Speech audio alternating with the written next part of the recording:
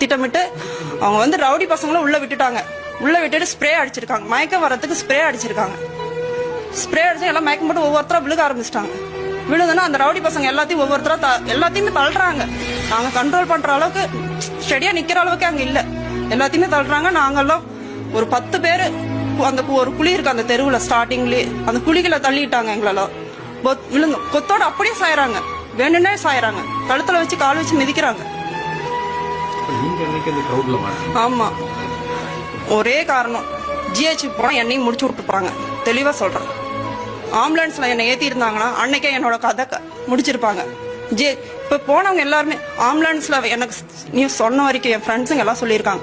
ஆம்புலன்ஸ்ல எனக்கு தெரிஞ்சவங்களே நிறைய பேர் உயிரோட தான் ஏத்திருக்காங்க. மயக்கத்துல தான் ஏத்திருக்காங்க. ஆம்புலன்ஸ்ல ஏதோ பண்ணிருக்காங்க. இல்லைன்னா அங்க ஹாஸ்பிட்டல்ல இவங்க கட்சி மூலியமா ஏதோ பண்ணிருக்காங்க. அவங்க எல்லாருமே இறந்துல எல்லாம் மயக்கத்துல தான் போயிருக்காங்க. ஆம்புலன்ஸ்ல ஏதோ நடந்திருக்கு. நான் போயிருந்தாலும் எனக்கு ஏதோ நடந்திருக்கும். நான் இங்க நின்று பேசியிருக்க முடியாது. இல்ல